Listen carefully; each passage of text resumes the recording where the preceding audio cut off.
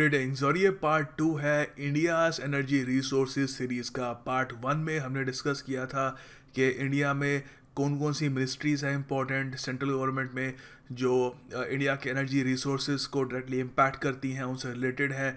और बाद में उनके अंडर कौन कौन से इंपॉर्टेंट पीएसयूज़ हैं वो भी हमने डिस्कस किए। और उसके अलावा शेल गैस क्या होती है उसका एक ब्रीफ इंट्रोडक्शन भी किया, थोड़ा डिस्कस किया हमने कि शेल गैस होती क्या है। इस वीडियो में हम उसी टॉपिक को आगे बढ़ाएंगे। शेल गैस प्राइमरीली उसको डिस्कस करेंगे, सिर्फ शेल गैस को नहीं। प्राइमरीली हमारा फोकस होगा सारी unconventional sources of natural gas. इसके लिए अगस्त महीने की जो 2016 की योजना मैगजीन है वहाँ से मैं एक आर्टिकल लूँगा।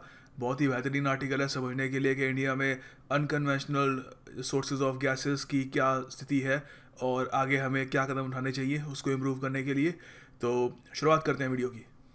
Shell gas in India, challenges and prospects, ये वो चैप्टर है 2016 की अगस्त एडिशन की योजना मैगजीन का। तो यहाँ पर आर्टिकल की शुरुआत करी गई है global trends in unconventional gas sources से। अच्छा, पहले तो अनकन्वेंशनल सोच के आपको लग रहा होगा अच्छा अनकन्वेंशनल ये है तो कन्वेंशनल क्या होता है। देखिए, अनकन्वेंशनल और कन्वेंशनल की भी डेफिनेशन अगली स्लाइड में बताऊंगा आपको, मगर यहाँ पर बताया गया है कि अनकन्वेंशनल गैसेस वो गैसेस होती हैं जो ऐसे रिजर्वायर्स में होती हैं जहाँ पे उनको उनकी जो प्रोडक्शन होती है, उनको एक्सट्रैक्ट करने का जो प्रोसेस होता है उसमें ज़्यादा मेहनत लगती है compare to conventional gas sources से। अनकन्वेंशनल गैस सोर्सेज को एक्सट्रैक्ट करने के लिए आपको स्पेशलाइज्ड टेक्नोलॉजी चाहिए और साथ में आपको और भी कई चीज़ों का ध्यान रखना होता है। सेफ्टी प्रिकॉशंस और ज़रा उसमें एक्स्ट्रा आपको रखनी होती है। और अभी बात करेंगे कि एक्सट्रैक्ट किन किन रॉक से की जाती है, वो मैं आपको अभी अगली स्लाइड में डेफिनेशन बताऊंगा उसकी। ट्रेडिशनली यहाँ पे बताया गया है आर्टिकल में कि जो अनकन्वेंशनल सोर्सेज ऑफ गैसेस होती हैं उनको 4 हिस्सों में बांटा गया है। पहले है कोल बेड मीथेन, फिर है कोल माइन मीथेन। अच्छा, ये समझ लीजिए coal bed methane, coal mine methane is the same thing, इसमें ज़रा फ़र्क नहीं होता। Shale gas is different, shale gas अलग होती है कोल बेड मीथेन और कोल माइन मीथेन से। उसके बाद आती है टाइड गैस। तीनों को हम डिस्कस करेंगे।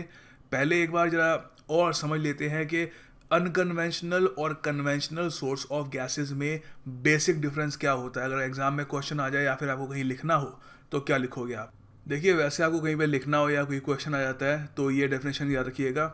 जो कन्वेंशनल रिजर्वायर्स होते हैं ऑयल एंड नेचुरल गैस के, ये ज़्यादातर परमिएबल सैंडस्टोन में मिलते हैं। परमिएबल मतलब पेनिट्रेबल, जिसको आप भेद कर सकते हैं और आसानी से आप वहाँ से जो भी ऑयल या नेचुरल गैस है वो एक्सट्रैक्ट कर सकते हैं। अनकन्वेंशनल गैस रिजर्वायर्स ज़्यादातर इम्परमिएबल होते हैं। इम्परमिएबल का मतलब सीधी सी बात है, उनको भेजना बड़ा मुश्किल होता है। बहुत ही ज़्यादा टाइट वहाँ पे रॉक्स होते हैं और उनकी गैस उनके अंदर बिल्कुल फंसी होती है। तो उनको एक्सट्रैक्ट करने के लिए आपको स्पेशलाइज्ड टेक्नोलॉजी चाहिए होती है। जैसे मैंने आपको बताया, बिल्कुल अलग अप्रोच होती है उसकी। और ये भी वैसे इम्परमिएबल सैंडस्टोन में पाई जाती हैं। और उसके अलावा ये आपको शेल्स में भी पाई जाएंगी, जो जॉइंट्स फ्रैक्चर्स होते हैं शेल में। शेल एक सेडिमेंट्री रॉक है, हमने पार्ट 1 में डिस्कस किया था अच्छे से। वहीं से हमको शेल गैस मिलती है। कोल माइंस में आपको मिलेगी कोल बेड मीथेन। अच्छा, तो अब हम एक एक करके ये सारे अनकन्वेंशनल गैस सोर्सेज को डिस्कस करेंगे। सबसे पहले बात करते हैं कोल बेड मीथेन की। और जैसे मैंने आपको बताया, CMM कोल माइन मीथेन भी यही होता है, सेम फंडा होता है दोनों का। कोल बेड मीथेन, देखिए यहाँ पे जो भी मैं इन्फॉर्मेशन दूंगा अच्छे से उस पर फोकस करिएगा, क्योंकि कुछ स्लाइड्स के बाद थोड़ा बहुत जानने के बाद अनकन्वेंशनल गैसेस क्या होती हैं, प्रीवियस ईयर के कुछ MCQs करेंगे जो directly unconventional sources of gases के ऊपर हैं और काफ़ी इंपॉर्टेंट है। अगर आप ये समझ लेंगे तो आप स्कोर कर पाएंगे प्रीलिम्स में। ज़्यादातर ऐसे क्वेश्चन लोग गलत करा देते हैं एग्जाम, क्योंकि इतनी नॉलेज इसके बारे में होती नहीं है।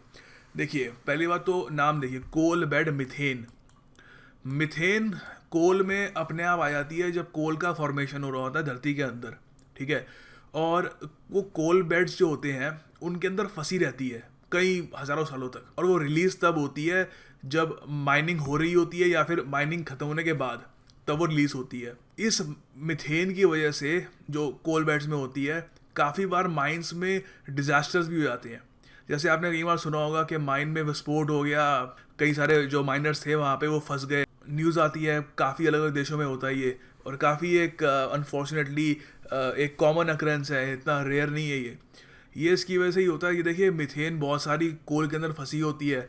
जब इंसान कोल को एक्सट्रैक्ट कर रहे होते हैं तो बीच में मीथेन अगर अचानक से लीक होनी स्टार्ट हो जाती है तो वो पूरे की पूरी धरती को हिला देती है और उसकी वजह से एक मिनी भूकंप सा आ जाता है या ब्लास्ट सा हो जाता है और जो अनफॉर्चुनेट माइनर्स होते हैं वहाँ पे वो फंस जाते हैं। वैसे दो टाइप के कोल माइन एक्सप्लोजन होते हैं, ये भी याद रख लीजिए। एक तो होते हैं मीथेन एक्सप्लोजन्स, ज़्यादातर मीथेन एक्सप्लोजन्स होते हैं, ठीक है। दूसरा होता है कोल डस्ट एक्सप्लोजन्स, वो अलग है, उस पर अभी हम जाएंगे नहीं। तो आपको ये याद रखना है कि कई बार क्वेश्चन आ सकता है आपके सामने कि जो माइंस में ये डिजास्टर्स होते हैं या फिर जो एक्सप्लोजन्स होते हैं सडनली, वो किसकी वजह से होते हैं। तो इसका आंसर हो गया मीथेन। कोल बेड मीथेन के देखिए और नाम भी है। कोल बेड मीथेन को स्वीट गैस भी कहा जाता है। सारे इंपॉर्टेंट है ये, अच्छे से इसके नोट्स बना लेना, इससे एमसीक्यू यूपीएससी में आ सकता है कि स्वीट गैस किसको कहते हैं। और कोल बेड गैस भी कहते हैं इसको, कोल बेड मीथेन को कोल बेड गैस भी कहते हैं। उसके अलावा कोल माइन मीथेन भी कहते हैं, जैसे मैंने आपको बताया था, सेम चीज़ होती है दोनों। और ये भी एक प्रकार की नेचुरल गैस होती है जो हम कोल बेड से एक्सट्रैक्ट करते हैं, मगर बड़ा ही इसमें हमको भारी भरकम काम करना पड़ता है इसको एक्सट्रैक्ट करने के लिए। हालांकि मेहनत तो लगती है, मगर इसको अगर हम एक्सट्रैक्ट कर लें तो ये एक काफ़ी सिग्निफिकेंट पोटेंशियल सोर्स बन सकता है एनर्जी का, जो काफ़ी हद तक एनवायरनमेंट फ्रेंडली भी होगा। अच्छा, आप मैंने कुछ सोच रहे होंगे यार एनवायरनमेंट फ्रेंडली क्यों, क्योंकि मीथेन मुझे याद है ये तो ग्रीन हाउस गैस है, तो ये कोल बेड मीथेन में हम मीथेन ही निकाल रहे हैं ना, क्योंकि मीथेन फंसी हुई है अंदर।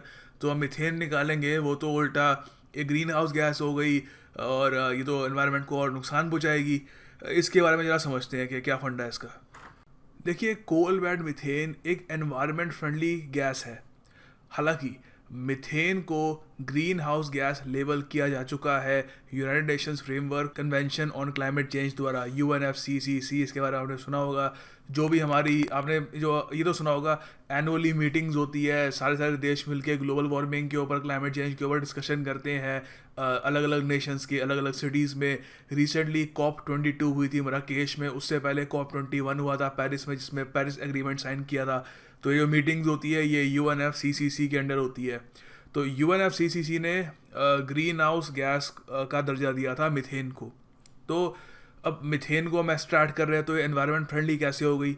देखिए, CBM को हम क्लीन इसलिए मानते हैं क्योंकि कंबशन के दौरान वो सिर्फ कार्बन डाइऑक्साइड और वाटर छोड़ती है। अब वाटर भी क्यों, देखो अगर आप ये कोल बेड मीथेन का जो एक्सट्रैक्शन प्रोसेस है वो आप देखो तो क्या करते हैं कि एक पाइप तो ड्रिलिंग करते हैं, ठीक है, जहाँ पे उनको लगता है कि गैस है, वहाँ पर बहुत ही डीप एक ड्रिलिंग करके पानी छोड़ते हैं और पानी छोड़ के प्रेशर क्रिएट करने की कोशिश करते हैं और फिर वो पानी जो है वो वापस बाहर आता है गैस के साथ, ठीक है। तो जब वो पानी, हालांकि एक्स्ट्रा इन्फॉर्मेशन ऐड कर रहा हूँ, जब वो पानी बाहर आ रहा होता है तो बड़ा वो मतलब केमिकल्स वगैरह होते हैं उसके अंदर, तो वो पानी को अलग से उनको कहीं फेंकना होता है, क्योंकि अगर इरिगेशन पर्पज़ के लिए इस्तेमाल हो गया वो तो वहाँ पे पूरी ज़मीन को बर्बाद कर देगा। वो अलग पॉइंट है, इतना उसमें डीप जाएंगे नहीं।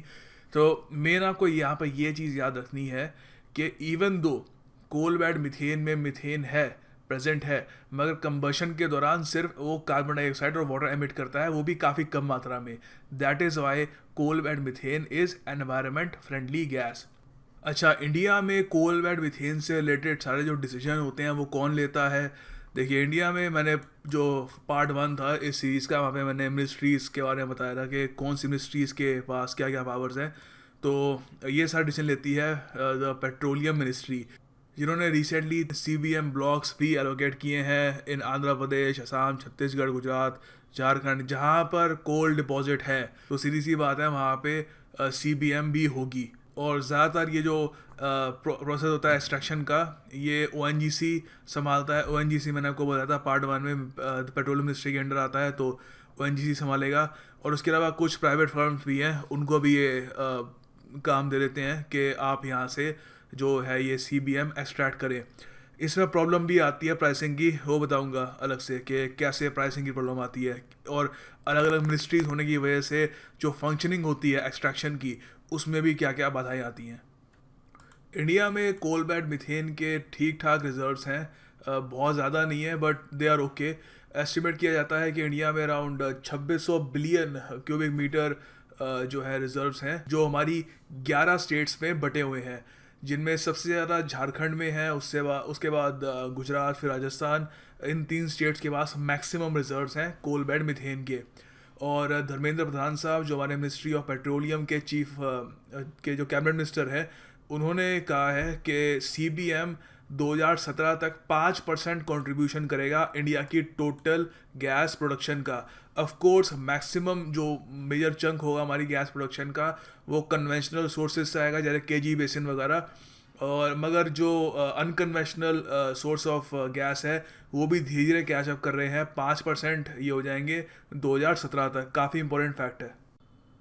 अच्छा, अब इंडिया में कोल बेड मिथेन की जो एक्सट्रैक्शन है उससे रिलेटेड एक बहुत ही इंपॉर्टेंट एस्पेक्ट है, ये आपको समझने की काफ़ी ज़्यादा ज़रूरत है। देखिए 2016 के अगस्त महीने में standing committee on petroleum and natural gas, जो मिस्टर प्रहलाद जोशी जिसको चेयर करते हैं, इतना वो याद नहीं रहने की कोई ज़रूरत नहीं है कि कौन चेयर करता है इसको। 2016 में इनकी रिपोर्ट आई थी।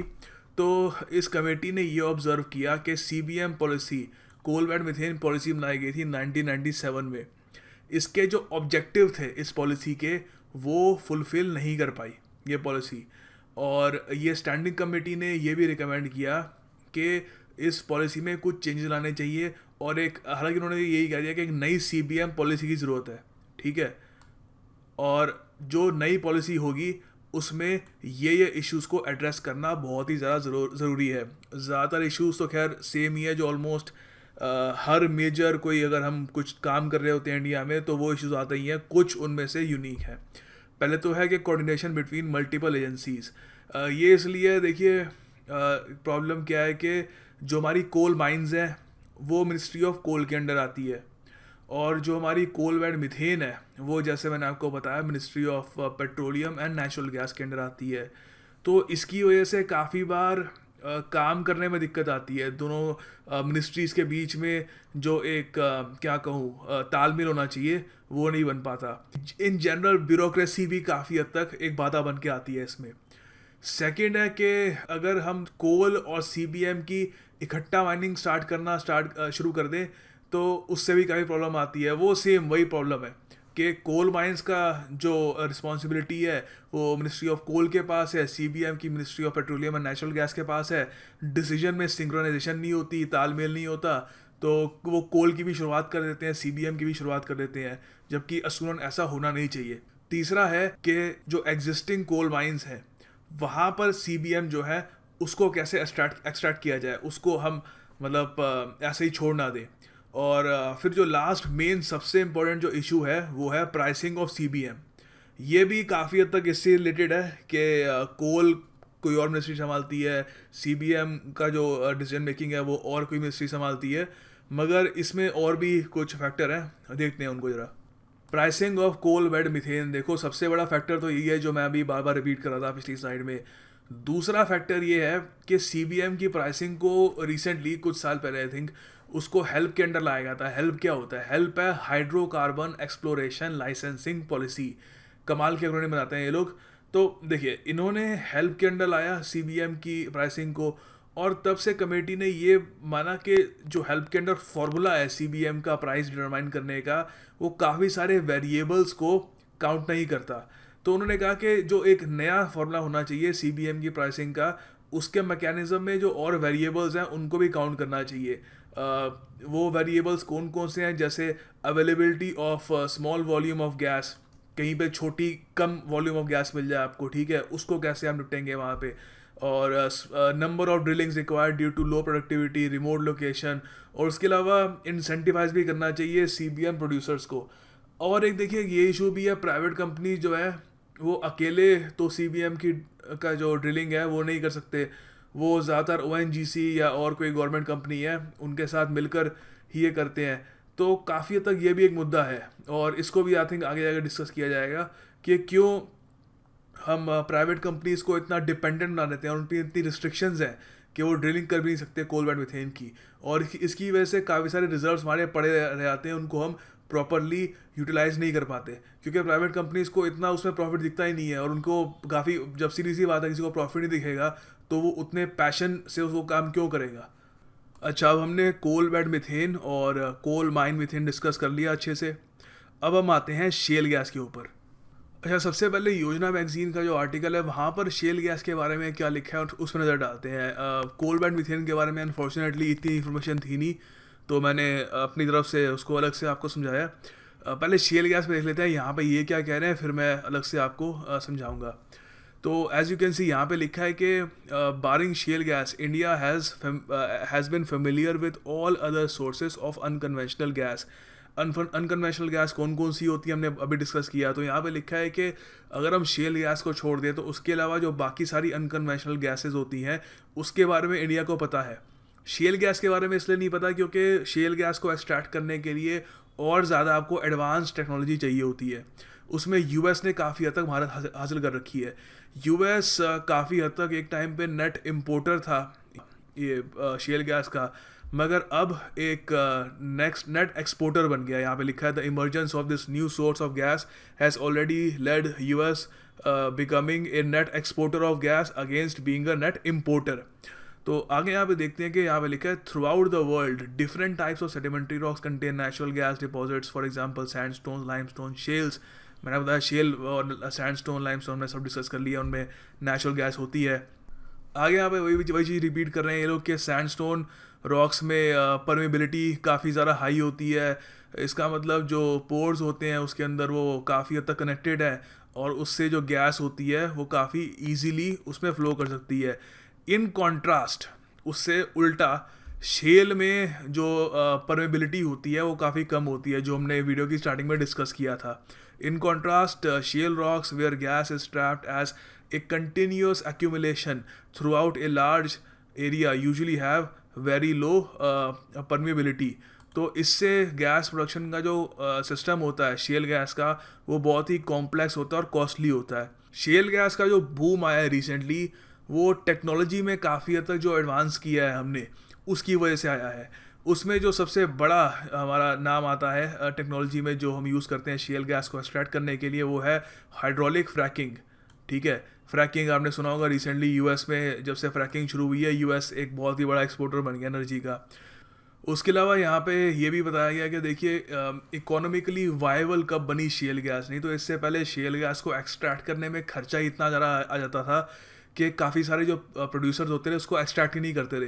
वो कहते थे पड़े रहने दो क्योंकि जितने खर्चे में हम उसको बाहर निकाल के मार्केट में बेचेंगे हम उल्टा लॉस में जाएंगे। मगर 3 मेजर कारण हैं जिसने इकोनॉमिकली वायबल बना दिया है शेल गैस को। पहले तो है ये technological advances in horizontal drilling, उसके अलावा हाइड्रोलिक फ्रैकिंग जो भी हमने बात की उसके बारे में, और फाइनली एक बहुत ही बड़ा फैक्टर है increase in natural gas prices in the global market. क्योंकि जब नेचुरल गैस के प्राइसेस इतने ज़्यादा हो गए ग्लोबल मार्केट में तो जो प्रोड्यूसर्स थे अमेरिका में उनको लगा कि हाँ ठीक है अब हम एक तरीके से टेक्नोलॉजी में इन्वेस्ट कर सकते हैं, क्योंकि अगर वो इतनी महंगी बिकेगी वो गैस इंटरनेशनल मार्केट में तो इट इज़ प्रॉफिटेबल। ठीक है, तो ये एक बहुत बड़ा फैक्टर था। आगे उन्होंने ये भी बताया कि अनकन्वेंशनल सोर्सेज ऑफ एनर्जी जो है ये सारे coal bed, methane, shale gas, tight gas अभी डिस्कस करेंगे इसके बाद टाइड गैस क्या होती है, इनका भविष्य क्या है। तो 2013 में according to the US energy information administration EIA report on June 2013 the estimated world shale gas resources is 7,576 trillion cubic feet comprising of 48 countries.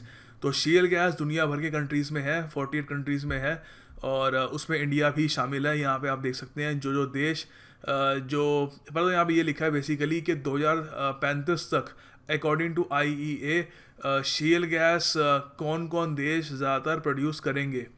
तो यहाँ पे आप देख सकते हैं सबसे ज़्यादा यूएस प्रोड्यूस कर रहा होगा शेल गैस। ठीक है, और उसके बाद चाइना, फिर कनाडा, फिर ऑस्ट्रेलिया, खैर इतना नहीं, फिर इंडिया का नंबर आता है। ऑस्ट्रेलिया है वहाँ पे कोल बेड मिथेन काफ़ी ज़्यादा वो एक्सट्रैक्ट करेंगे क्योंकि आपको पता है ऑस्ट्रेलिया में कोल बहुत ज़्यादा है। इंडिया भी रिसेंटली ऑस्ट्रेलिया से कोल इंपोर्ट करा था बहुत ही लंबे टाइम तक, फिर बाद में इंडिया में जो है कोल का जो प्रोडक्शन है वो भी इम्प्रूव हो गया, तो अब हम इतना वहाँ से इम्पोर्ट करते नहीं है कोल।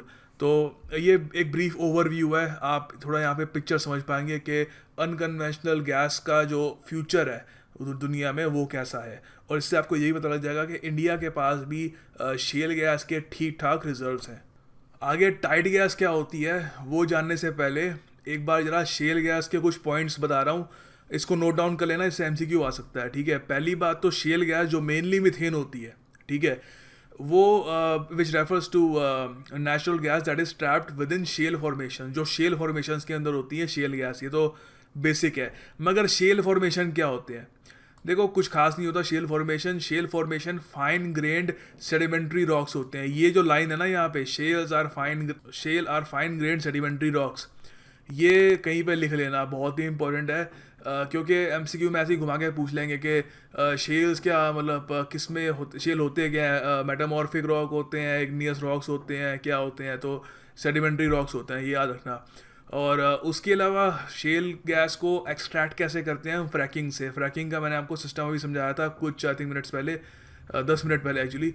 और उसमें हॉरिजॉन्टल फ्रैकिंग होती है, और उससे हम बेसिकली धरती के अंदर बहुत ही भारी प्रेशर जो होता है पानी की स्ट्रीम्स का वो भेजते हैं। कुछ केसेस में सैंड भी भेजे जाते हैं, कुछ केसेस में हम केमिकल भी हम डालते हैं। केमिकल कौन सा डालते हैं? एक बहुत ही इंपॉर्टेंट केमिकल है जो फ्रैकिंग में यूज़ करते हैं, उसके बारे में बताऊंगा आपको, वो भी काफ़ी इंपॉर्टेंट पार्ट है इस वीडियो का। लास्ट में वो देखना जरूर, काफ़ी इंपॉर्टेंट है वो। और ये पानी सैंड केमिकल धरती में भेज कर हम जो ऑयल या गैस होता है शेल का, वो हम बाहर निकालने की कोशिश करते हैं। तो ये तो हो गया उसको एक्सट्रैक्शन का तरीका। अब आप जिस तरीके से मैं आपको बता रहा था, आप वैसे ही आप समझ गए होंगे कि बड़ा खतरनाक टाइप का तरीका है इसका। और एनवायरमेंटलिस्ट कहते हैं कि इससे लॉन्ग टर्म इसके खूब सारे कॉम्प्लिकेशंस होंगे। हम लोग अपनी धरती को ख़राब कर रहे हैं इससे, हमारा जो फॉरेस्ट कवर है उसको नुकसान होगा, क्योंकि इससे जो ग्राउंड वाटर है उसकी कंटेमिनेशन हो सकती है, क्योंकि दुनिया भर के तुम केमिकल डाल रहे हो, सैंड डाल रहे हो ऐसी जगह पे जहाँ पे वो चीज़ होनी नहीं चाहिए, जहाँ पे जो हमारी कुदरत है उसने इंटेंट नहीं किया था कि वो सारी चीज़ें होनी चाहिए। मगर ह्यूमन ग्रीड है एनर्जी की, वो जैसे तैसे जो जहाँ भी उसको एनर्जी दिखेगी वहाँ पे उसको एक्सट्रैक्ट करना शुरू कर देगा।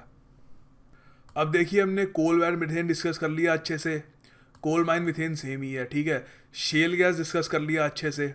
अब टाइड गैस की बारी आती है। देखो tight gas fundamentally shale gas जैसा ही है, कुछ उसमें ज़रा फ़र्क नहीं है, बस ये फ़र्क है कि शेल गैस हमको सेडिमेंट्री रॉक्स जो होते हैं वहाँ से मिलती है, और जो टाइड गैस है वो अलग टाइप के रॉक से मिलती है। ये अभी बता देता हूँ आपको। बाकी टाइड गैस से रिलेटेड आपके ये यूपीएससी जो एमसीक्यू होते हैं उसमें क्वेश्चन आने के चांसेस काफ़ी कम है। आज तक तो आया नहीं टाइड गैस से रिलेटेड, बट स्टिल एक बार जब हमने उसके बारे में बात उठाई लिया तो एक बार थोड़ा सा डिस्कस कर लेते हैं कि टाइड गैस का सोर्स क्या होता है।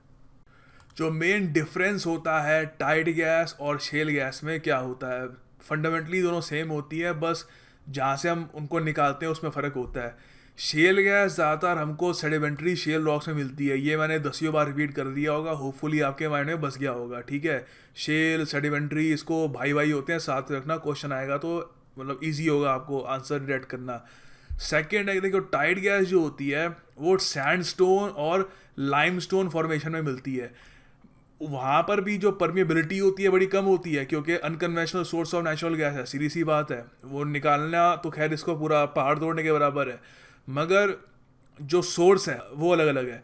तो ये आपको याद रखना है मेन हमारे एग्जामिनेशन पॉइंट ऑफ व्यू से, कि टाइड गैस का सोर्स अलग है और शेल गैस का जो मेन सोर्स है वो अलग है। अब बात करते हैं गुआर गम की। जैसा कि मैंने आपको बताया था, फ्रैकिंग के दौरान हम पानी के अलावा कई बार पानी में खूब सारे केमिकल्स भी मिला के भेजते हैं, ताकि जल्दी जो नीचे गैस है या ऑयल है वो जल्दी सतह पर आए। तो देखिए गुआर गम भी एक टाइप का एक केमिकल सा ही है, ये पानी को बड़े ही एक थिक जेल में बदल देता है। तो जब सीधी सी बात है जेल होगा वो ज़रा स्पेस घेरेगा, तो जब ये नीचे जाता है तो जल्दी से जो वहाँ पे गैस होती है, ऑयल होती है, सतह पे जल्दी आ जाती है। तो इससे बेसिकली जो फ्रैक्चरिंग होती है, हॉरिजॉन्टल फ्रैकिंग कह लीजिए, वो ज़्यादा एफिशिएंट बन जाती है। जो कोनों कोनों में भी गैस वैस बची होती है, इंसान को सब कुछ चाहिए ना, कुछ छोड़ना नहीं चाहता, तो वो भी निकाल सकता है इंसान। ग्वार गम बेसिकली उगाया भी जाता है, ये राजस्थान और हरियाणा में सबसे ज़्यादा उगाया जाता है। इंडिया काफ़ी बड़ा प्रोड्यूसर है ग्वार गम का, बट कुछ आई थिंक कुछ साल पहले अमेरिका में, जैसे मैंने आपको बताया, शेल गैस इंडस्ट्री में बहुत बड़ा बूम आया। तो इंडिया के जो यहाँ पे प्रोड्यूसर्स थे ग्वार गम के, वो अमेरिका में उसको बेचने लग गए, उनको अच्छा मोटा प्रॉफिट मिलता रहा। तो उसकी वजह से दो चीज़ें हुई, एक तो हमारे डोमेस्टिक कंजम्पशन के लिए ग्वार गम कम हो गया, दूसरा ग्वार गम के प्राइसेस हमारे डोमेस्टिक कंजम्पशन के लिए ही बहुत ज़्यादा हो गए, क्योंकि जो प्रोड्यूसर थे उनके पास ऑप्शन थी कि सीधा अमेरिका भेजो ना, वो बहुत ही हाई रेट्स पे डॉलर में पेमेंट करके सीधा वो खरीद लेते थे। तो इंडियन डोमेस्टिक जो हमारे कंजम्पशन के लिए इंडिया को भी अमेरिकन प्राइसेस से कम्पीट करना पड़ा ग्वार गम के। तो सीधी सी बात है, वो तो खर्च सकते हैं ज़रा, हमारी कंपनी से इतना खर्च नहीं सकती। तो ये एक बड़ा फैक्टर रहा है कि इंडिया का, कि उगाने के बाद भी ग्वार गम हमारे इतना इतना यूज़ किया नहीं गया। और इसके अलावा ग्वार गम को पहले आइसक्रीम या सॉसेस में इस्तेमाल करते थे, बाद में पता लगा कि अरे ये तो फ्रैकिंग में इसका बहुत ही बड़ा यूज़ है, और शेल गैस इंडस्ट्री जो एक बहुत ही बड़ी मतलब मल्टी बिलियन डॉलर इंडस्ट्री है, वहाँ पर इसका एक बहुत ही इम्पोर्टेंट रोल है। तो यूपीएससी में भी ग्वार गम से क्वेश्चन आई थिंक आ रखा है, एक बार ट्राई भी करेंगे ग्वार गम से क्वेश्चन। और मेन आप याद रखना है इसका, ठीक है, कि फ्रैकिंग से इसका रिलेशन है, और शेल गैस एक्सप्लोरेशन में काफ़ी इसका इंपॉर्टेंट रोल होता है। अच्छा, अब इतनी सारी पढ़ाई करने के बाद, थोड़ा ये थ्योरी पढ़ने के बाद एप्लीकेशन भी देख लेते हैं कि क्वेश्चन जब आएंगे ये सारी इन्फॉर्मेशन से तो आप कैसे उसे निपटेंगे। ये यूपीएससी के प्रीवियस ईयर क्वेश्चन है, काफ़ी इंपॉर्टेंट क्वेश्चन है ये। कोल बैड मिथेन और शेल दोनों का यहाँ पे इन्होंने बहुत ही बढ़िया तालमेल बनाया है। तो क्वेश्चन है कि with reference to non conventional energy resources called coal bed methane and shale gas, consider the following statement। coal bed methane और shale gas से रिलेटेड ये दो स्टेटमेंट्स है, आपको बताना है कौन सी सही है कौन सी गलत है।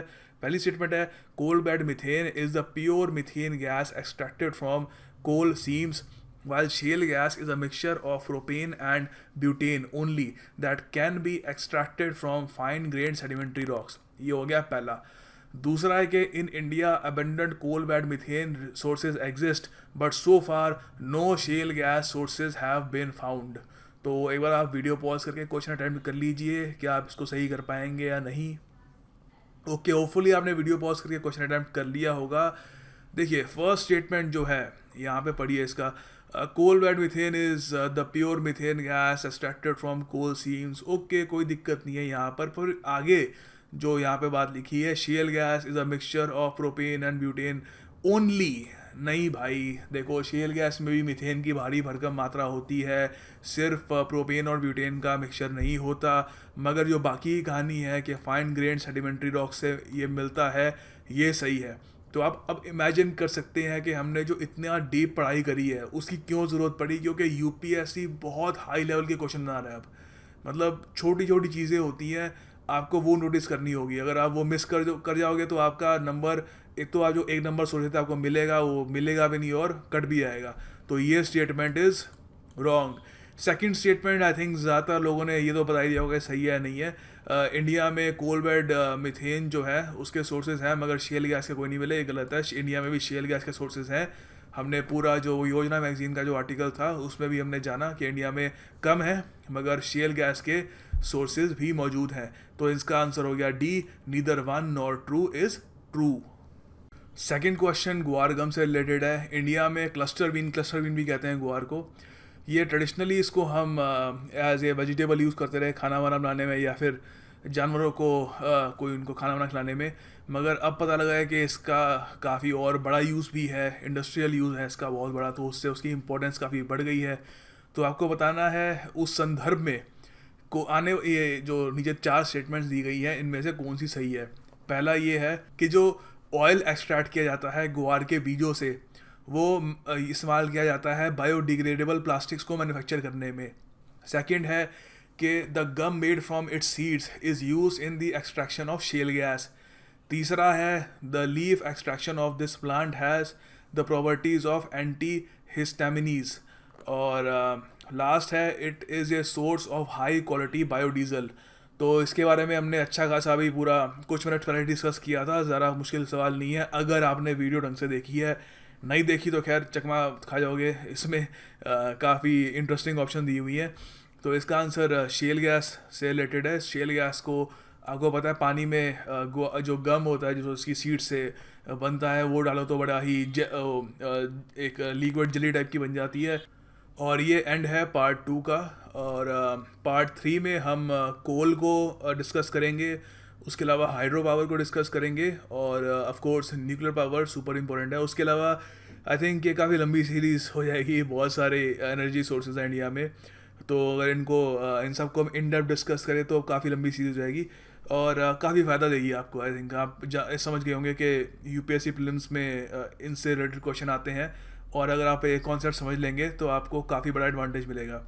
मैं आपको पार्ट 3 में मिलूँगा। Thank you for watching.